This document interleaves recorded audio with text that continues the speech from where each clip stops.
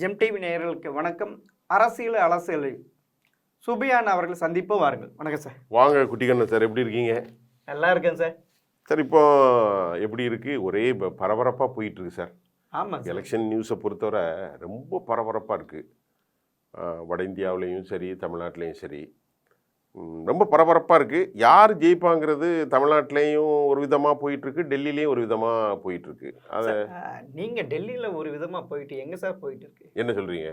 இல்லை, இந்தியா கூட்டணி லட்டா ஒரு 2 இது கிடைச்சிருக்கு. எது? எலெக்ஷன் பாண்டு அரவிந்த் கெஜ்ரிவால் லட்டு மேட்ரு. ஆமாம், லட்டு மேட்ரு. யாராவது இது பெரிய லெவலில் கொண்டு போகிறாங்களா? நீங்கள் லட்டு மேட்ருன்னு நீங்கள் தான் கவலைப்படுற மாதிரி தெரியுது. ஏன்னா இதுக்கு முன்னாடி இந்த 2G ஸ்பெக்ட்ரம் வழக்கம் வந்துச்சு இல்லையா? ஆமாம். அது எவ்வளோ கேது? 1,76,000. இன்னைக்கு தூங்கிட்டு இருக்க பிள்ளைய எழுப்பி கேட்டாலும் ஏப்பா என்னன்னா ஆமாம்மா ஆராசா 1,76,000 சொல்லக்கூடிய அளவுக்கு மக்களை வந்து அழகா பண்ணாங்க பிஜேபிக்காரங்க. ஆமா சார், 2014 நல்லா யூஸ் பண்ணிட்டாங்கல்ல. பண்ணிட்டாங்கல்ல. அப்ப இவங்களுக்கு இயற்கையாகவே சிஏஜி ரிப்போர்ட் ஒரு 7 லட்சம் கோடி கிடைச்சது. அது உண்மை பொய்யெல்லாம் விட்டுருங்க, இவங்க பரப்புரைக்கு 7.5 லட்சம் கோடி கிடைச்சது. அது ஆனா எலெக்ஷன் பாண்டு கண் எதிரில் தெரியுது இல்ல. ஏன் செய்யல? ஏன் செய்யல? 2 பேரும் எல்லாமே இவங்கிட்ட ஈடி இருக்கு, எல்லாமே கரெக்ஷன் பண்ணி வச்சிருக்காங்க. ஆனா அது மம்தா பானர்ஜியும் பெரிய லெவல்ல என்ன பண்ணுவாங்க? யாருமே பேச மாட்டாங்க. இல்ல, இங்க இருக்கிறவரு எங்க நம்ம ஸ்டேட்ல இருக்கிறவரு யாரு? ஸ்டாலின். இத பத்தி ஏதாவது பெருசா பேசுறாரு? யாருமே பேச மாட்டாங்க. எவரும் பேச மாட்டாங்க. அப்ப என்ன காரணம்? எல்லாருமே அச்சுறுத்தலா? எல்லாம் அச்சுறுத்தல். அவங்கதான் அடுத்த வாட்டி அவங்கதான் வருவாங்களும் போல இருக்கு. இவங்க பேசுறதுக்கு தயங்குறாங்க. குட்டிக்கண்ணன் சார், இப்போ வந்து எலக்ட்ரோல் பாண்ட் இருக்கு பாருங்க, அது வந்து கிட்டத்தட்ட ஒரு பெரிய அமௌண்ட். அதாவது 16,000 சில்லற கோடியில 8,250 கோடி அல்லது 50% மேல வந்து பிஜேபிக்கு தான் வந்திருக்கு. இப்போ இது வந்து இப்ப நாம பேசுறோம், நான் ஒரு பத்திரிகையாளர், நீங்க ஒரு பத்திரிகையாளர், இது பொதுமக்கள்கிட்ட எப்படி சார் இதெல்லாம் ஒரு தாக்கத்தை ஏற்படுத்தும்? பொதுமக்கள் கிட்ட கொண்டு போய் சேர்த்தா தானே சார். அது யார் கொண்டு போய் சேர்க்கணும்? யார் கொண்டு போய் சேர்க்கல? இப்போ பொதுமக்கள்கிட்ட இப்போ தமிழ்நாடு மாதிரி கொஞ்சம் படிச்ச ஸ்டேட்டு கேரளாலாம் போகுது. இப்போ உத்தரப்பிரதேச, பீகார்லாம் எப்படி போகும்? அதெல்லாம் அங்கே பெரிய லெவலில் இல்லையா சார். அவங்களுக்கு ஒன்று ராமர், அடுத்தது வளர்ச்சின்னு சொல்லிட்டு இருக்காங்க. அதுதானே கொண்டு போய் சேர்த்திருக்காங்க. அது இந்தியா. ஆமா, எங்க பார்த்தாலும் டிவி திறந்தா இந்த இது பண்ணிருக்கேன், அது பண்ணிருக்கேன், இது பண்ணிருக்கேன்ட்டு மோடின்னு அடிச்சிருக்காங்க. அவங்களுக்கு அதுதான் பெரிய அதை அவங்க நம்புறாங்க. ஒரு நல்ல ஃபார்மேட் வச்சிருக்காங்க. மோடியுடைய ஆயுஷ்மான் பாரத் திட்டம், ஆமா, உலக தலைவரா மோடி வந்துட்டாரு. ஆமா, இந்தியா வளர்ச்சி அடைந்திருக்கு. அது வேற பெரிய லெவல்ல. இந்த மாதிரி விஷயங்கள் வந்து கண்டிப்பா மக்களுக்கு போய் சேர்ந்துருது. ஆனா இந்தியா கூட்டணி நீங்க சொன்ன மாதிரி 2 லட்டு சொன்னீங்க. இப்ப தச்சமிய லட்டு, ஒரு லட்டு வந்து எலக்ட்ரோல் பாண்ட், இன்னொரு லட்டு இது அரவிந்த் கெஜ்ரிவால். ஆமா, இதுக்கு எங்கேயோ இருக்கிறவங்க அமெரிக்கா கண்டனம் தெரிவிக்கிறான், ஜெர்மன் கண்டனம் தெரிவிக்குது. இங்க இருக்கும் யாராவது எதனா பண்றாங்க? நான் என்ன கேட்கிறேன், இப்ப என்ன பிஜேபிக்காரங்க என்ன சொல்றாங்கன்னா, பிரச்சனை குட்டிக்கண்ணனுக்கும் எனக்கும், நம்ம 2 பேரும் ஆலந்தூர்ல இருக்கோம். ஆமா, நீங்க பிறந்தது இந்தியா, உங்க அப்பா அம்மா இந்தியா, எனக்கு அப்பா அம்மா இந்தியா. நம்ம 2 பேருக்குமே தாய்மொழி தமிழா இருக்கலாம், தெலுங்கா இருக்கலாம், கன்னடமா இருக்கலாம், நம்ம நாட்டு மொழி. நம்ம பிரச்சனை பேசுறதுக்கு அவங்க உள்ள வரணும்னு கேட்கறாங்க. இல்ல, இது டெமோக்ரஸி சார். இப்ப வந்து மோனோபாலம் மாதிரி போகுது. அடுத்து என்ன ஆகும்? ஆமா, என்ன ஆகும்னு தெரியலையே. யாராவது சரி, மம்தா பானர்ஜி ஏதாவது எடுத்தாங்களா? இங்க இருக்க ஸ்டாலின் ஏதாவது எடுத்தாரா? அகிலேஷ் யாதவ் எதுனா எடுத்தாங்களா? எல்லார் மேல கேஸ் இருக்கு. இடி வருமா, இன்கம் டாக்ஸ் வருமா? இப்போ எல்லாரும் இதுதான் பயந்து சார். எலெக்ஷன் முடிஞ்ச பிறகு எலெக்ஷன் டேட் அனௌன்ஸ்மெண்ட் பிறகு அரவிந்த் கெஜ்ரிவால் தூக்கி உள்ள போறாங்க. இப்போ அரவிந்த் கெஜ்ரிவால் வந்து இப்போ அமெரிக்கா என்ன சொல்றான்னா, இந்தியா வந்து நீதி பரிபாலனை பண்ணணும், நாங்க தொடர்ந்து கண்காணிக்கிறோம், இந்தியாவை வந்து எப்படி இருக்குன்னு நாங்கள் அட்வைஸ் தான் பண்றோமே தவிர கண்டனம் தெரிவிக்க மாட்டாங்கன்னு அமெரிக்கா சொல்லிட்டாங்க. இன்னைக்கு காலையில் யூஎன் செக்யூரிட்டி கவுன்சில் இந்தியா நியாயமாக நடந்துக்கிடணும்னு சொல்கிறாங்க. ஒரு 4 நாளைக்கு முன்னாடி ஜெர்மன் சொல்லிட்டாங்க. அதுக்கு முன்னாடி ஆம்னிஸ்டி இன்டர்நேஷனல் CNN சொன்னாங்க. இப்போ இந்த மோடிக்கு இந்தியாவுக்கு எதிராக இந்த மாதிரி ஒரு கருத்து வைக்கிறதுல என்கிட்ட இன்னைக்கு காலையில் ஒரு முக்கியமான வழக்கறிஞர் டெல்லியிலேருந்து பேசுகிறாரு. அவங்க மறுபடியும் மோடி வர்றதில் அந்த மெஜாரிட்டி பெறுவதில் தொய்வு அடைகிறனால தான் வெளிநாட்டுக்காரங்கள்லாம் இப்படி ஒரு கணக்கு வைக்கிறாங்கன்ட்டு சொல்கிறாங்க. இதை நம்ம எப்படி பார்க்குறது, நீங்கள் எப்படி பார்க்குறீங்க? உண்மையில் அவங்க அமெரிக்காவுக்கு ஒரு டாக்டிக்ஸ் இருக்கு சார். இருக்கு, நீங்க நினைக்கிறீங்க அவங்க கிட்டயும் இல்ல அவங்களையும் இங்க இருந்து தகவல்லாம் போயிருக்கும். அவங்க ஆள் இருக்காங்க. ஆமா அவங்க இருக்காங்க. ராவனுடைய ஏஜென்சி இந்தியால இருக்காங்க. எல்லாமே இல்ல அது என்னது CNN CCI. ஆமா அவங்களுடைய ஏஜென்சி இருக்காங்க சார். எல்லாமே இங்க போயிருக்கும். அதனால தான் அவங்க இது இப்ப அட்டாக் பண்ண ஆரம்பிச்சிருக்காங்க. இது இப்ப வந்து இவங்களும் அட்டாக் பண்ண ஆரம்பிச்சாங்க. ஆனா மோடி நினைக்கிற மாதிரி அந்த 370 அலைன்ஸ் 400 அது வராது சார். அது ஒரு நரேட்டிவ் சார். நரேட்டிவ். நான் என்ன சொல்றேன், இப்போ நீங்க ஒரு சுயேட்சையை போய் கேளுங்க, என்ன சொல்லுவான், நான் தான் 50,000 ஓட்டுல ஜெயிக்கேமா. ஆமா சார். இப்போ தமிழ்நாட்டில் போய் எத்தனையோ பேர் நிற்கிறாங்க, அவங்க 5 ஓட்டு கூட பெற மாட்டாங்க. அது ஒரு நரேட்டிவ், சும்மா பேசுறது. அப்போ மோடி வந்து ஒரு பெர்செப்ஷனை கிரியேட் பண்றாரு, ஒரு நரேட்டிவ். என்னன்னா நாங்கள் சரி என்னம்மா அப்படியாப்பா மோடி ஜெயிச்சிட்டார், அப்போ ஜெயிக்கிற கட்சிக்கு ஓட்டு போடுவோமே அப்படின்னு கொஞ்சம் வந்து அதே மாதிரி கட்டமைச்சிருக்காங்க சார். அவங்களுக்கு வேண்டியது அந்த இந்தி பெல்ட்டில் இருக்குல்ல ஆர்ட் ஸ்கோர், அந்த ஸ்டேட் தான் சார். அவங்க அது ஸ்ட்ராங்கா இருக்கிறாங்க. சரி ஆமா. இப்போ சரி இப்ப தமிழ்நாட்டுல இங்க வாங்க, இங்க தமிழ்நாட்டு அடிக்கடி இப்ப வராரு. எதனால வராரு? 2019 இருந்த அளவுக்கு இப்ப இல்லையே. Go back Modi, go back Modi அவ்வளவு எதிர்ப்பு இருந்தது. இப்ப ஏன் குறைஞ்சு போயிடுச்சு தமிழ்நாட்டுல? அன்னைக்கு எதிர்கட்சியா டிஎம்கே இருந்தது, அது கொண்டு போய் சேர்த்தாங்க. இன்னைக்கு ஆளுங்கட்சியா இருக்கிறாங்க. இது அது கொண்டு போய், அதனால அவங்க இப்ப அவங்க என்ன தர நினைச்சிட்டாங்க, நம்ம இங்க வளர்றோம், வளர்ந்துட்டு இருக்கோம், அந்த கணக்கு போட்டாங்க. இப்போ தமிழ்நாட்டில் வந்து என்னன்னா, தமிழ்நாட்டை கொஞ்சம் பேசுவோம். இப்போ எல்லாம் சேர்த்தா பேச போறோம். இப்போ நம்ம முதல்ல வந்து அமெரிக்கா கண்டனம் தெரிவிச்சதை பத்தி நம்ம பேசணும். எலக்ட்ரல் பாண்ட் விவகாரத்தையும் பேசியிருக்கோம். எலக்ட்ரல் பாண்ட் விவகாரத்துல திமுக வாய் திறக்காம இருக்கிற காரணம், நம்ம மார்டின் இருக்காரு பாருங்க, மார்டின் கேளுங்க 519 கோடி இவங்க வாங்கியிருக்காங்க. அப்ப திமுக பிரச்சாரத்துல பிஜேபி காரங்கெல்லாம் பணம் வாங்கிட்டாங்க, யோ நீ வாங்கலையா அப்படின்னு கேட்பான்ல, கேட்க மாட்டான். இப்போ பிஜேபி வந்து வாங்கிட்டுன்னு சொல்றாங்க. சரி, பிஜேபிக்கு அவர் 100 கோடி ரூபா கொடுத்துருக்காரு. மேகா இண்டஸ்ட்ரீஸ் ஒரு 900 கோடி கொடுத்துருக்கு. அரபிந்தோ ஃபார்மோன்னு ஒரு கம்பெனி கேளுங்க, அரெஸ்ட் பண்ண முன்னாடி 5 கோடி கொடுத்துருக்கு, அரெஸ்ட் பண்ண பிறகு 50 கோடி கொடுத்துருக்கு. இந்த அரவிந்தோ ஃபார்மா யாருன்னா, இந்த அரவிந்த் கெஜ்ரிவாலுடைய இந்த லிக்குர், அதாவது மதுவிலக்கு கொள்கையில முக்கியமான ஆள், ரெட்டியுடைய ஆளு. ரெட்டி தான் சரத் ரெட்டியுடைய ஆள் தான் இவரு. அப்ப டிஎம்கேக்கு ஒரு சிக்கல் என்னன்னா, நீ 519 கோடி எதுக்கு வாங்கினா? அதுவும் ஒரே ஆளு கிட்ட, மார்டின். மார்டின் எவ்வளவு கொடுத்துருக்காரு தெரியுமா? 1368 கோடி. இதான் இல்ல, எலக்ட்ரல் பாண்ட்ல அதிகமா கொடுத்தது அவர்தான். அவர் எதுக்கெல்லாம் கொடுத்திருக்காரு? திமுகவுக்கு 519, 545 50 கோடி ரூபாய் யார் கொடுத்திருக்காரு? மம்தா கொடுத்திருக்காரு. மீதி உள்ளத ஒரு 100 கோடி பிஜேபி, மீதி மத்த கட்சிக்கெல்லாம் கொடுத்திருக்காரு. அப்ப என்னடா யோசனை பண்ணி பார்த்தா, நீ என்ன நினைக்கிறீங்க? தமிழ்நாட்டுல லாட்டரி சீட்டு இல்ல, தமிழ்நாட்டுல ஒரு சீட்டு எதுவுமே இல்ல. அப்ப மார்டின் எதுக்கு 519 கோடி கொடுத்தாரு? 509 கோடி சார். அந்தந்த ஸ்டேட்ல லாட்டரி இவர்தான். தமிழ்நாட்டு கேட்க சார், திமுகக்கு சார் அவரு இல்ல, ஏதாவது என்னன்னு தெரியல, வேற டீலிங் இருக்குமோ என்னன்னு திமுக அவங்களுக்கு டீலிங் ஏதாவது இருக்குமோ. அப்ப டிஎம்கே பேச முடியாதுல்ல, அங்க போய் டிஎம்கே போனா நான் என்ன கேட்கேன், நீ ஓகேமான்னு கேட்டா நீ ஓகேமான்னு கேட்கணும்ல. ஆமா சார். நீ குடிகாரன்னா நீ குடிகாரன்னு கேட்கணும்ல. நீ அப்ப கேட்பான்ல, நீ பிஜேபிக்கு 100 கோடி கொடுத்துருக்கு, பிஜேபி 51% வாங்கியிருக்கு தான், ஆனா அப்புறம் நீ ஓகேமான்னு கேட்டா அதனாலதான் திமுக அமுத்தி வாசிக்கிறாங்க. இல்ல வந்தது 600 கோடி எலக்ட்ரோல் பாண்ட்ல, அது 500 கோடி மார்டினே கொடுத்திருக்கா திமுக 509 கோடி. ஆமா 509 கோடி. அப்ப மீதி 90 கோடி தான் வெளியே தான். சரியா? இது வந்து திமுகவுக்கு தமிழ்நாட்டுல ஒரு செட்பேக். ஆமா, மக்கள்கிட்ட போய் பேசுறதுக்கு ஒரு செட்பேக். ஆமா. ஆனா ஆல் இந்தியா லெவல்ல வந்து பிஜேபிக்கு செட்பேக். ஆனா இதை இப்ப என்னன்னா, இந்த சிஏஏ பிரச்சனை வந்துச்சு பாத்தீங்களா? இப்போ சிஏஏ 2019 அதை வந்து கொண்டு வந்தாங்க. 2018 19 அப்படி கொண்டு வந்து பெரிய போராட்டம் நடந்துச்சு. 20 வந்துச்சு, அப்புறம் பேண்டமிக் வந்துச்சு, அப்படி கிடப்பில் போட்டு இப்போ சிஏஏ வந்தாங்க. சிஏஏ கொண்டு வந்த பிறகு இப்போ திடீர்னு மறுபடி இந்த எலக்ட்ரல் பாண்டை மாற்றுறதுக்கு சிஏஏ கொண்டு வந்துட்டாங்கன்னு சொல்கிறாங்க. ஆனால் இப்போ சிஏலாம் பெருசாக பேசப்படலை, பெரிய லெவலில் இல்லை சார். அதுவும் இல்லை, எதுவுமே இல்லை. இங்கே போய் பிரச்சாரம் எடுத்துக்கங்களேன், டிஎம்கே சொல்லுது எடப்பாடி நீ மறைமுகமாக கள்ள கூட்டணி வச்சிருக்கன்றாங்க. எடப்பாடி சொல்ல நீ கள்ள கூட்டணி வச்சு, உண்மையில 2 பேருமே கள்ள கூட்டணி வச்சிருக்காங்க சார். ஓ, டிஎம்கே கள்ள கூட்டணியா? ஆமா. எப்படி தானே, இப்ப கோயம்புத்தூர்ல நாமினேஷன் முடிஞ்சு போச்சு. சரி, அதுல வந்து அவர் 2 நாமினேஷன் பண்ணார். அண்ணாமலை 1 கரெக்டா இந்தியன் பத்திரத்துல தான் பண்ணோம். இவர் ஜுடிஷியல்.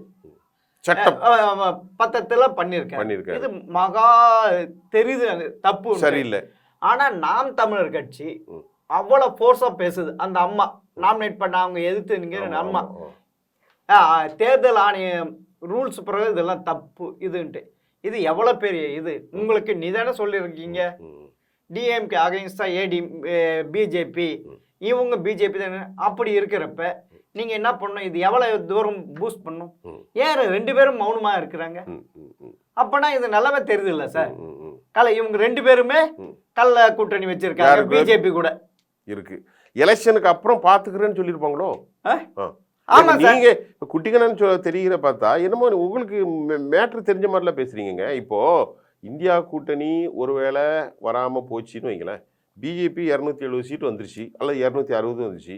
அப்புறமா ஜெகன்மோகன் ரெட்டி, நவீன் பட்நாயக், அப்போ திமுகவும் கொடுக்கலாம்ல. ஆமா அப்படிதான் சார். இல்ல ஏற்கனவே பண்டார பிரதேசங்கள்னு சொல்லிட்டு கருணாநிதி அமைதியா இருந்து கடைசியில நான் இருக்கிற இடத்துல பண்டார பிரதேசம் வரமாட்டான், நான் ஸ்ட்ராங்கா இருப்பேன்னு சொன்னவர் தான் 98ல. அவரு மருமகனுக்கு முரசொலிமாறனுக்கு நல்ல பதவி வாங்கி கொடுத்தாரு. அதுல சார் இன்னொன்னு நல்ல பதவி வாங்கி கொடுத்தாரு. அவரு இலாக்கா எல்லா பதவியா படுத்துட்டு இருந்தாரு உடம்பு சரியில்லப்ப அப்போலோல. ஆமா, பணம் யார் செலவு பண்ணா? கவர்மெண்ட். அது பார்த்தா 108 கோடி அவளுக்கு செலவு அப்பயே. அப்ப கவர்மெண்ட் செலவு பண்ணிச்சு. ஐயா வாஜ்பாய் தான் இருந்தாங்க. ஆமா, மறக்க முடியாது. அப்ப நீங்க நினைக்கிறது அண்ணா திமுகவும் பாஜகவும் கள்ள கூட்டணி இருக்கோ இல்லையோ, திமுக கூட ஒரு கள்ள கூட்டணி இருக்கலாம்னு நினைக்கிறீங்க. ஆமா, இது மேபி. ஆமா சார். சார் இதுலயே நீங்க ஒண்ணு எடுத்துக்கணும். இப்ப ராகுல் காந்தி தான் இவர் பிரைம் மினிஸ்டர் வரணும், இந்த இந்திய கூட்டணி இவர் தான் கட்டமைச்சாரு. இவரே எலெக்ஷன் முடிஞ்ச பிறகு இந்த இந்திய கூட்டணிய உடைச்சிட்டு வெளியே வருவார். அந்த சந்தேகம் இந்தியா கூட்டணி இங்க இப்பமே இல்லையே சார். இந்தியா கூட்டணி ஜெயிக்காது.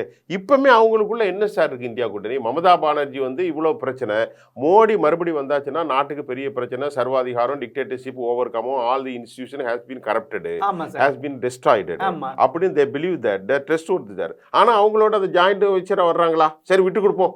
இன்னைக்கு நமக்குடைய பொது எதிரி மோடியை வீழ்த்தி நம்ம அதுக்கு பிறகு பாத்துக்கலாம்னு மம்தா ஒரு 2 சீட்டுக்கு ஒரு 5 சீட்டு கொடுத்திருந்தா இன்னைக்கு அங்க கூட்டணி வச்சிருப்பாங்களே. இல்ல சார், அப்ப அவங்க எப்படி சார் ஒத்துமையா இருக்க போறாங்க? நீங்க சொல்றது கரெக்ட் சார். அவங்க எப்படி வளர்ந்தாங்க சார்? யாரு? வெஸ்ட் பெங்கால் யாரு? கம்யூனிஸ்ட் எதிர்த்து தான் அவங்க. ஆமா, இப்ப அவங்க கூட அலைன்ஸ் வச்சு குட்டச்சேவு பச்சாரியாவுடைய தவறான கொள்கை, அந்த கார் ஃபேக்டரிக்கு இடம் கொடுத்தது, பெரிய கலவரம் நந்தி கிராமத்துல தான் வந்தாங்க. இன்னும் அந்த இது யாருமே மறக்க மாட்டாங்க. Never forget it. அதுதான் அவங்களுக்கு ட்ரைனிங் பாயிண்ட். அப்படி இருக்க கம்யூனிஸ்ட் கூட கூட்டணி வைப்பாங்களா? யாரு? மம்தா பானர்ஜி. கம்யூனிஸ்ட் விடுங்க சார், 6% ஓட்டு இருக்கு. காங்கிரஸோட சேர்ந்துருந்தா மைனாரிட்டி ஓட்டும் அவங்களுக்கு கிடைக்கும், எல்லாமே கன்சாலிடேட் ஆகும்ல சார். அந்த அம்மா இப்போ என்ன தகவல் வருதுன்னா, இந்த முறை காங்கிரஸ் பிஜேபி 25 சீட்டு வரும். ஆமா, அதுதான் வருது. நீங்க நினைக்கிறீங்க? அதுதான் போன வாட்டியே 18 வந்துருச்சு. 2040% பட்டுச்சு. ஆமா, இப்ப சந்தேஷ் காலில ஒரு பிரச்சனை போகுது. ஆமா, அங்க இருக்கக்கூடிய ஷாஜஹான் நூர்ஜஹான் ஒரு பாய் ஒருத்தர், அவர் ஏதோ ஒரு அந்த ட்ரைபல் கம்யூனிட்டி பெண்ணோட கூட்டு வந்துட்டாங்க அப்படின்னு ஹிந்து கன்சாலிடேஷன் அவங்க பண்றாங்க. ஆனா அதுக்கு வாய்ப்பு இருக்குன்னு சொல்லப்படுது. அப்புறம் சிஏ சட்டத்தை கொண்டு வந்ததுனால அங்க ஒரு ட்ரைபல் கம்யூனிட்டி மீனவ குடும்பம் ஒரு பெரிய 18% இருக்கு, அவங்களும் பிஜேபி கொண்டு போறாங்க. உன்ன கேட்டா இந்தியா கூட்டணிக்கு அங்க மேஜர் 45 தொகுதி இருக்கு. எங்க வெஸ்ட் பெங்கால்ல. சரி, அது ஒண்ணு. அப்படியே மகாராஷ்டிரல வந்தாலும் 48 தொகுதி இருக்கு. இல்ல இப்போ வெஸ்ட் பெங்கால நம்ம பேச முன்னாடி வெஸ்ட் பெங்கால்ல தன்னுடைய பலபலவீனத்தை அறிஞ்ச அந்த அம்மா 6% காங்கிரஸோட சேர்ந்திருக்கலாமே, ஏன் அடமண்டா இருக்குன்னு கேட்க. அவங்களுக்கு நான் 2 சீட்டு தான் தருவேன், அதுக்கு மேல தர மாட்டேன், ஏன்னா அவங்க வின் பண்ண மாட்டாங்க அப்படின்ட்டு ஒரு முடிவு பண்ணிட்டு இருக்காங்க. அப்ப எப்படி இந்தியா கூட்டணி உருப்படும்? எதுவுமே ஒத்துமையா இருக்கும்? ஒன்னும் எதுவுமே இல்ல சார். தமிழ்நாட்டில் 40 சீட்டு விட்டுருக்காங்கல்ல, ஒரு பிராமினுக்கு ஏன் கொடுக்கல? முஸ்லீமுக்கு கொடுக்க மாட்டாங்க. நான் கேட்கறேன், முஸ்லீமுக்கு இல்ல சார். நீங்க சொன்னீங்கல்ல, நீங்க முஸ்லீம் ஏன் இது ஸ்டாலின் என்ன சார் சொல்றாரு? நாங்க முஸ்லீம்களை நாங்க தான் காப்பாத்துறோம். ஒருத்தருக்கு கொடுத்தாரா? அதையும் பேசுறேன். ஏன்னா காங்கிரஸ் குத்துதா? கொடுக்கலையே, யாருமே கொடுக்கலையா சார்? அது அவங்க தான் சிந்திக்கணும். முஸ்லீம் தலைவர்கள் ஜவாஹர்லால் போன்றவர்கள் சிந்திக்கணும். ஆமா, டெஹ்லான் பாக்கவியா அந்த ஒரு பேர் என்னது, எஸ்டிபி, அவங்க சிந்திக்கணும். இல்ல எஸ்டிபி கரெக்டா அது இங்க இருக்காங்க. சரி, இந்த காதர் மைதின்னு ஒருத்தர் இருக்கார்ல முஸ்லீம், அவர் என்ன செய்யறாருன்னா நேரா போய் ஸ்டாலின் கையை போய் முத்தமிடுறாரு. முஸ்லீம்கள் எதை முத்தமிடுவாங்கன்னா இந்த மக்காவுக்கு போயிட்டு வந்தா கையை பிடிச்சி முத்தமிடுற வழக்கம் உண்டு.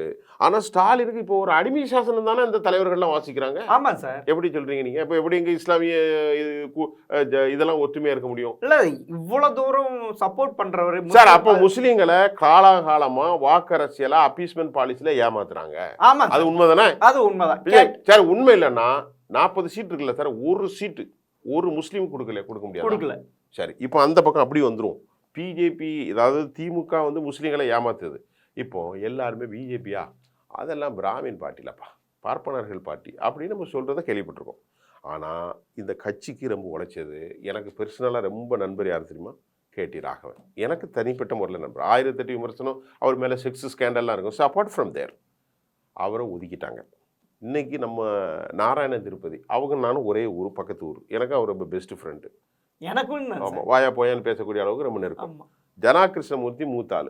இப்போ நான் என்ன கேட்குறேன், இல கணேசன் ஐயா கூட நம்ம இல்லை, நான் இலா கணேசன்லாம் நான் ஒரு 1/2 மணி நேரம் 3/4 மணி நேரம் மழை விட்டு பேசக்கூடிய மனுஷன். நான் என்ன கேட்குறேன், அவர் கவர்னர் ஆகிட்டார். நான் என்ன கேட்குறேன், இதில் பார்ப்பார் பல்லர்னா பார்க்காத, கட்சிக்கு உழைச்சவனுக்கு கொடு. அப்போ பிஜேபியிலேயும் இந்த சாதி வித்தியாசம் வருதாண்ணா சார்? உண்மையில் நான் கேட்குறேன். இல்லை சார், உண்மையில் பிஜேபி எப்போ பிராமின் இருந்து நான் பிராமின்கிட்ட போச்சு அப்போதான் சார் தமிழ்நாட்டில் வளர்ந்துட்டு இருக்கு சார். அது கரெக்ட், அது ஏற்றுக்க வேண்டிய இருக்குது சார். அதுக்கு முன்னே காங்கிரஸ் மாதிரி வாங்கிட்டு போயிட்டே இருப்பாங்க. ஆனால் இப்போ வந்து அண்ணாமலை என்ன பண்ணுறாரு, நம்ம எந்த திராவிட கட்சி கூட இருக்கக்கூடாது, தனியாக தான் இருக்கணும் அப்படின்ட்டு ஒரு கொள்கையில தானே வந்திருக்காரு. அதனால தானே அவரு அதிமுக கூட்டணி உடைக்கிறதுக்கு காரணம் அவர் தானே சார். இல்ல இப்ப அவருடைய இது அதுவும் ஒரு இது இருக்குல்ல சார். இப்போ அண்ணாமலை வந்து உடைச்சு கொண்டு வந்துட்டாரு. ஆமா, இப்ப அண்ணாமலைக்கு பெரிய பல பரிச்சை, முதல்ல அவரு ஜெயிக்கணும் சார். அவர் என்ன சார் சொல்றாரு, ஜெயிக்க சந்தேகம் தான் சார், எப்படி எதுவும் சொல்ல முடியாது சார். நான் என்ன கேட்க, இல்ல அவர் ஜெயிக்கிற மாதிரி இருந்தா நான் இப்ப போட்டியிடல, நான் 2026 தான் போட்டியிடுவேன் அப்படிதானே சார் சொன்னாரு. அவருக்கு மேல இருந்து ஆளுங்க சார் இருங்க. அப்புறமா என்கிட்ட எலெக்ஷன்ல செலவு செய்யறது காசு இல்லைன்றாரு. உண்மையில ஒரு தலைவர் என்ன பண்ணும், நிக்கணும் இல்ல? அது ரைட்டு சார். அண்ணாமலை காசு இல்லைன்னா இந்தியாவுடைய ஃபைனான்ஸ் மினிஸ்டர் அந்த மாதிரி சொல்லுது, என்கிட்ட 1 பைசா இல்லைங்குதா? யாரு? நிர்மலா சீதாராமன் ஃபைனான்ஸ் மினிஸ்டர் அந்த மாதிரி தானே. ஆமா, என்கிட்ட காசே இல்லையா, நான் கஷ்டப்படுறேன் ஐயா, கஞ்சி குடிக்கவேங்குதா? ஆமா, அதாவது தேர்தல் நிக்கிறதுக்கு காசே இல்லைன்றாங்க. சரி சார், அவங்க உண்மையில காசு இல்லையா? எப்படி ஒண்ணு சார், அவங்க ராஜ்யசபாக்கு நிக்கிறப்ப நாமினேஷன் பண்றப்ப அசையா சொத்து மாத்திரம் 2 கோடி. யாருக்கு? நிர்மலா சீதாராமன். அசையும் சொத்து என்ன சார்? அசையா சொத்து, அசையும் சொத்து. அசையும் சொத்து வந்து 3 கோடி. அது எத்தனை கோடி? அப்ப அந்த அம்மா காசே இல்லைங்க, 95 லட்சம் இல்லையா? 90 லிமிட் அதானே? அதான். சரி, கட்சியில கொடுப்பாங்க சார். கட்சியில் சார் 12,000 கோடி இருக்கு சார். எலெக்ஷன் பாண்ட் மூலமா 8,000 கோடி இருக்கு சார். அதை விடுங்க. ஒரு போனை போட்டா இந்தியா ஃபுல்லா ஒரு கம்பெனிக்கு 1 கோடினா 10 கம்பெனிக்கு 10 கோடி. ஆமா சார். இந்த அம்மாக்கா துட்டு இல்ல, எல்லாரும் கொடுப்பானே. அப்ப அது நிக்காத காரணம் என்ன சார்? இன்னொன்னு நான் கேட்கறேன், புரிஞ்சுக்கிட்டீங்களா? ஆமா, புரிஞ்சுக்கிட்டேன். இந்தியா ஃபுல்லா 140 கோடி மக்கள் வாழ்றதுல மேற்கு வங்கத்திலேருந்து கன்னியாகுமரி, காஷ்மீர் வரைக்கும் இருக்கு. நான் ஃபைனான்ஸ் மினிஸ்டர் பேசுகிறேன், என்கிட்ட கையில் காசு இல்லை, ஏதாவது கொடுங்கன்னு சொன்னால் எல்லா கம்பெனியும் அள்ளி கொடுக்க போகுது. 500 தொகுதி நிற்கலாம். அப்போ இந்த அம்மா நான் நிற்கலைன்னு சொல்லிட்டு மெல்ல உருவுற காரணம் என்ன சார்? ஏன்னா தோத்து விடும் சார் இருக்காங்க. அதுக்கும் ஒரு காரணம் சொல்றாங்க. என்ன ஜாதி விஷயம், ஜாதி இல்ல அவங்க அப்படி சொல்றாங்க தானே. தமிழ்நாட்டுல ஃபர்ஸ்ட் எங்கிட்ட காசு இல்லை நாங்க, அடுத்து 2வது காரணம் என்ன சொன்னாங்க, ஜாதியும் மதத்தை வச்சு என்ன இது பண்ணிடுவாங்க. நீங்க அதை சொல்றீங்களா? அவங்க நான் சொல்லல சார், அவங்க தான் சொல்லிருக்காங்க. நீங்க சொல்லல, அவங்க சொல்றதுங்க, அவங்க தான் சொன்னாங்க. நீங்க சொல்லல. அவங்க தமிழ்நாட்டுல நான் ஜெயிக்கணும்னா ஜாதியும் மதமும் பணமும் இருக்கணும்னாங்க. இந்த 3 என்கிட்ட இல்லைங்கிற ஒரு கருத்தை சொல்லட்டா. மணிசங்க ஐயர்னு ஒருத்தர் உண்டு. ஆமா சார். அவரு மயிலாடுதுறையில 2 வாட்டி ஜெயிச்சிருக்கா சார். அங்க ஃபுல்லாவே முஸ்லீம்கள் ஓட்டு தான். ஆமா, முஸ்லீம்களுக்கு போகவே மாட்டார். அவ்வளவு பேரும் மணிசங்கரை தான் ஓட்டு போடுவான். அப்ப அங்க ஜாதி மதம் எல்லாம் எடுபடல, ஆள்கள் தான் எடுபடுது. ஆமா, என்ன சொல்றீங்க? அதெல்லாம் சும்மா ஒரு கான்செப்ட் தான். அந்த இதுதான் சார். அதே நிர்மலா சீதாராமன் நீ தமிழ்நாட்டுல நிக்க போனா கூட ஆந்திரா நின்னு சொன்னாங்க சார். ஆந்திராவில் அவங்க ஹஸ்பண்ட் இருக்காரு பாருங்க. ஆமா சார். என்ன பிரகாலா ஆமா, அவர் வச்சாரு சார். கட்டுமையா பிஜேபி எதுக்குறாரு, என்ன காரணம்? அவர் ஒரு பொருளாதார நிபுணர் சார். அவர் கட்சி 2 பேருமே ஜேஎன்யூல லவ் மேரேஜ் பண்ணிதான். லவ் மேரேஜ் பண்ணுதான். அவர் கம்யூனிட்டி ஒரே கம்யூனிட்டி தான். வேற கம்யூனிட்டி. அவர் வேற. இவர் தமிழ் ஐயங்கார் ஃபேமிலி, இந்த அம்மா மதுரகாரம்மா. அவர் அங்க தெலுங்குல வேற இருப்பாரு. தெலுங்கு எனக்கு தெரியல, என்ன கஷ்டம். அவரே சொல்றாரு இருக்குதுலயே மகா ஊழல் எது எலக்ட்ரோல் பாண்ட், உலகிலேயே மகா பாண்ட். அதுக்கு யார் சார் பொறுப்பு? அதுக்கு யார் பொறுப்பு? பொண்டாட்டி. ஆமா, அவங்க தானே ஃபைனான்ஸ் மினிஸ்டர். ஆமா, ஸ்டேட் பேங்க் அவங்க கண்ட்ரோல் தானே இருக்கு. நாங்க இந்த டேட்டா கொடுக்கறதுக்கு எங்களுக்கு 3 மாசம் தேவைப்பட்டு இருந்துச்சு. சரி, சுப்ரீம் கோர்ட் சொன்னவனே கொடுத்தாங்க. இப்போ அதை விட்டுட்டு போவாங்க. இப்போ தமிழ்நாட்டுக்கு வருவோம். தமிழ்நாட்டில் பிஜேபி விட்டுருக்கிற கேண்டிடேட்லாம் பார்த்தீங்களா? பொன் ராதாகிருஷ்ணன், தமிழிசை சவுந்தரராஜன், நைனா நாகேந்திரன், ஆமா, அப்புறமா ராதிகா சரத்குமார், அண்ணாமலை, அப்புறம் முருகன், எல் முருகன், வேற யார் சார் ஃபேமஸ்? அப்புறமா வந்து பால் கனகராஜ், பால் கனகராஜ், அப்புறமா வந்து தேவநாத யாதவ், ஜான் பாண்டியன், அப்புறமா பாரிவேந்தர், ஏசி சண்முகம். இவ்வளவுமே நான் சொல்ற இவ்வளவு பெரிய ஆட்கள். ஆமா சார். அப்புறம் இது 1 2 3 பேர் தான் தெரியாம இருக்கு. இவ்வளவு பேரை விட்டு இவ்வளவு கோடிக்கணக்கான பலத்தை ஜெயிச்சு அவங்க எதுக்கு யோசிக்கிறாங்கன்னா, ஜெயிக்கல, நாங்க இங்க வளர்ந்து இருக்கிறோம் காட்டுறதுக்கு 10% மேல எடுத்து நாங்க எடுத்து 26ல நாங்க ஒரு சவுண்ட் ஃபோர்ஸ். ஆமா, அதுக்கான வாய்ப்பு இருக்கா இல்லையா? இருக்கு. நீங்க என்ன நினைக்கிறீங்க? இருக்கு சார். அவங்க பிளான் சார், அவங்ககிட்டயும் உள்துறை இருக்குல்ல, எல்லாமே இருக்கு, உளவுத்துறை இருக்கு. ஆமா, அதுதானே இது பண்றாரு. இப்பயும் நேத்து பேசுறப்ப என்ன பேசுறாரு மோடி, இங்க கரப்ஷன் இருக்கு, இது போதைப் பொருளுக்கு இதுதான் தலைநகர் மாதிரி ஆகிட்டாங்க. தமிழ்நாட்டை ஆகிட்டாங்க. இங்கதான் போதைப் பொருளுக்கு இன்டர்நேஷனலுக்கு இங்கதான். ஆனா திமுகவுக்கு ஒரு லக் இருக்கு சார். எப்படி தெரியுமா சார்? நான் கேட்கறேன்னு சொல்லு, நான் இது நீங்க சரியா தப்பான்னு பாருங்க. இந்த 15% ஓட்டுருக்கு பாருங்க, முஸ்லீம் கிறிஸ்தவர்கள், அவங்க அப்படி லட்டு மாதிரி போட்டுறாங்க. வேற வழி இல்லை சார். அதுதான் திமுகவுக்கு. அவங்க நினைச்சிட்டு இருக்காங்க. இப்ப வந்து அதுல வந்து அதுல ஓட்ட போடுறாரு எடப்பாடி. இப்ப என்ன சொல்றாங்க தெரியுமா? அதுக்கு தான் கள்ள கூட்டணி பேசுறாங்க. ஆமா, அதுல ஓட்ட போடுறாரு. ஏன்னா எஸ்டிபி இருக்கு பாருங்க, நெல்லை முபாரக், அவங்க வலுவான கட்டமைப்பு, ஆமா, அவங்க பெரிய ஆட்கள். இப்போ வந்து யங்ஸ்டர்ஸ்லாம் வந்து தமிழ்நாடு முஸ்லீம் முன்னேற்ற கழகத்துல கிடையாது சார். இதுல இருந்து மக்கள் கட்சியிலும் கிடையாது. அங்க இருக்கிறவங்க சாதாரணமா இருக்கிறாங்க. கடுமையான போக்கு உள்ளவங்க இளைஞர்கள்லாம் இந்த கட்சியில இருக்காங்க. அப்ப அதை கூட சேர்ந்துட்டா அந்த இடத்துல வரும்னு சொல்லி அதிமுக முயற்சி பண்ணுது. ஆனா உடனே அதிமுகவுக்கு முஸ்லீம் ஓட்டு போயிரும்னு சொல்ல முடியாது சார். போலாம் சார். ஏன்னா இவங்க என்ன தரமை, டிஎம்கே என்ன தரமை எதிர்பார்த்தது, எப்படியோ பாஜக கூட கூட்டணி வச்சிடும் அப்படிதான் நினைச்சார். ஆனா எடப்பாடி வந்து ஸ்ட்ராங்கா நின்றுட்டார். நாங்க இப்படியே இது 2026 வரைக்கும் இப்படியே கொண்டு போனா திமுக கூட்டணியில் இருக்கிற கட்சியை வெளியே வந்துடும் சார். ஏன்னா இப்ப எல்லாமே அதிருப்தியில தான் இருக்காங்க சார். எல்லாரும் அதிருப்தி, எல்லாருமே டீக்ரேட் பண்றாங்க. ஆமா, இப்ப திருமாவளவன்லாம் ஒரு ஐடியாலஜி பேஸ் அவர்லாம் வந்து டிஎம்கேல அதிருப்தி தான். ஆமா சார். ஏன்னா வந்து அவங்க வந்து பெரிய அளவுல எதுவும் செய்ய மாட்டேங்காங்க. இப்ப அவரே வந்து பொது தொகுதியில கேட்டாரு, கடைசியில கொடுக்கல. இவங்க எல்லாருமே ஆட்டையை கூட எல்லாமே அதுதான் இவருடைய பிளான். அதுதான் சார் எடப்பாடியுடைய பிளான் வந்து 2024 மெயின் இல்லை, 26 தான். யாருக்காலும் நிந்துக்க, யாரு எல்லாமே டம்மி வேட்பாளர். நீயே எங்களால் செலவு செய்ய முடியாது, நீயே செலவு. ஏன்னா அதை வந்து 2026க்கு செலவு செய்யறதுக்கு வச்சிருக்காரு. அது இப்போ செலவு பண்ணல. அதுதான் அவருடைய பிளான். அதுதான் அவர் போட்டிருக்க பிளான். அதுதான் திட்டம். நீ எதாவது பண்ணி செலவு பண்ணி நீ முன்னால் முடிஞ்சா வா, நான் சப்போர்ட் பண்றேன் அப்படிதான் நினைக்கிறாரு. ஆனா 2024 இந்த ஜூன் பாராளுமன்ற எலெக்ஷன் எப்படி வரப்போகுதுன்னு தெரியல. ஒரு 5 தொகுதி ஜெயிச்சுட்டு அவர் தப்பிச்சிடுவார். இல்லைன்னா அது பெரிய கொலாப்ஷன் ஆயிடும். ஏன்னா அவர் 10வது தோல்வி ஆயிடும்.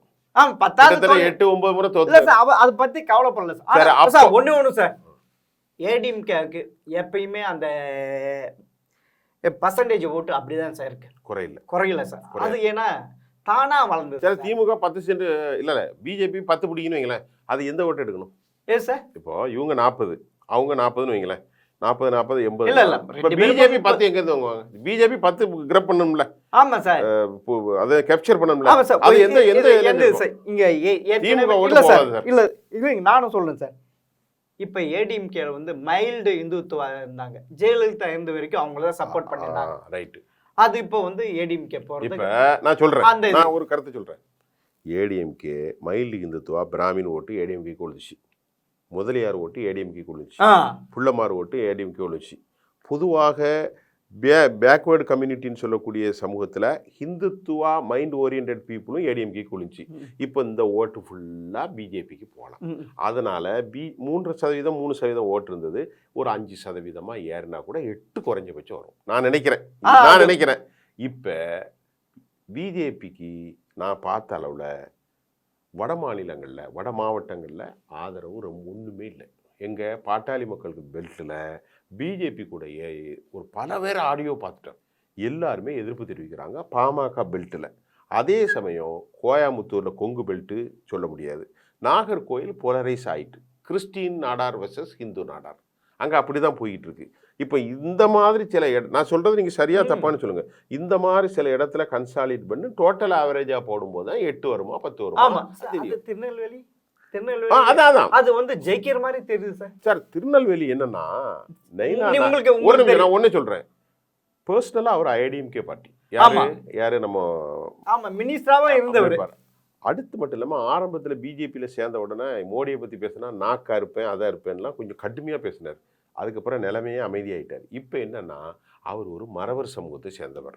தேவர்கள்னா கல்லர் மறவர் அகமுடியா இருக்காங்க இல்லையா, இவர் மறவர் சமூகத்தை சேர்ந்தவங்க. அப்போ அதிமுகவுடைய ஆளும் அவருடைய மறவர் சமூகத்து ஆளும் பிஜேபியினுடைய ஆளுங்களும் ஓட்டு போடுவாங்க அப்படின்னு நிற்கிறாரு. அவர் பக்கம் கொஞ்சம் சாயல், ஆனால் அவர் தோத்தாலும் கூட ஓட்டு வங்கியில் அதிகமாக எடுப்பார்னு நான் நம்புகிறேன் சார். இப்போ வந்து நீங்கள் சரத்குமார் எடுத்துங்களேன், அவர் வந்து ஏடிஎம்கே கூட தான் அலைன்ஸில் போகிற மாதிரி இருந்தது.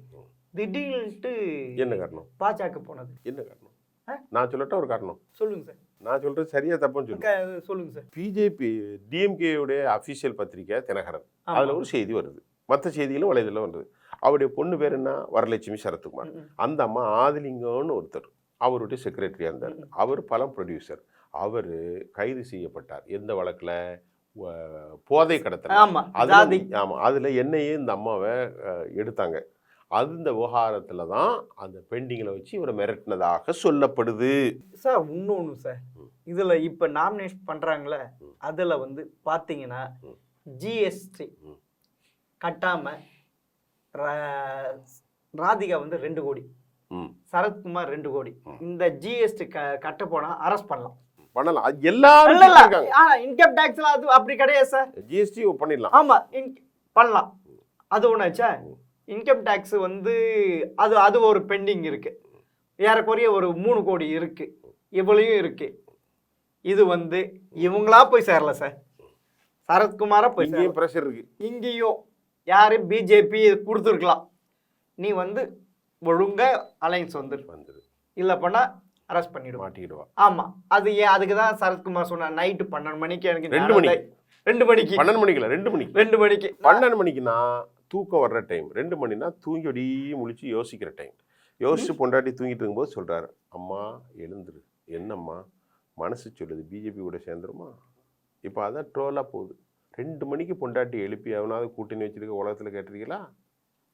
உலகத்துல எங்கேயோ கேட்டுக்க, அதை சொல்லுங்க சார். யாரும் இல்ல, கூட்டணியும் பகலா பேசுவான், சிந்திப்பான், நைட்டு தூங்குனா கூட சரி காலைல எழுப்பி பேசிக்கலாம். அவங்க 2 மணிக்கு இல்ல இதுல அவர் சொன்னதுல இருந்து he confessed that before the media, he disclosed that before that, let them discussing that. 2 மணிக்கு அவர் பொண்டாட்டி எழுப்பி பேசுற அளவுக்கு அவ்வளவு பிரச்சனை இருக்கு. ஆமா சார், நைட்டுக்குள்ளே தீர்மானம் பண்ணி காலையிலே பாரத் மாதா கி ஜெய் அப்படி. காரணம் அந்த ஜிஎஸ்டி இன்கம் டாக்ஸ் என்னன்னு தெரியல, ஏதோ ஒண்ணு இருக்கு. இல்ல சார், இன்னொன்னு கூட இருக்கு சார். இல்ல இருக்கு சார், இதுக்கு இன்னொன்னு கூட இருக்கு. ராதிகா வந்து ஃபர்ஸ்ட் ஹஸ்பண்ட் ஃபாரின், அவங்களுக்கு பிறந்த பொண்ணும் சரத்குமாரும் சேகர் ரெட்டி கிட்ட எந்த ஒரு பாண்டு எதுவுமே இல்லாம 2 கோடி வாங்கியிருக்காங்க. கடனா அதுவும் சென்ட்ரல் கவர்மெண்ட் போயிருக்கு, எல்லாம் போயிடும். அவங்க அது இல்ல அதுவும் அவங்க அது சர்ச் பண்ணாங்க, இவ்வளையும் முடிஞ்சு வச்சு. அதனால்தான் வேற வழி இல்லைன்ட்டு நிற்க வேண்டியதாக போச்சு. நிறைய விஷயம் இருக்குது குட்டிக்கண்ணன். எல்லாத்தையும் விட்டாச்சுன்னா நம்ம ஜெம் நேயர்கள் கொஞ்சம் அசந்துடக்கூடாது. அடுத்தாக்கல பார்க்குமா? அப்போ பேசுவோம். ஓகே சார், மிக்க நன்றி.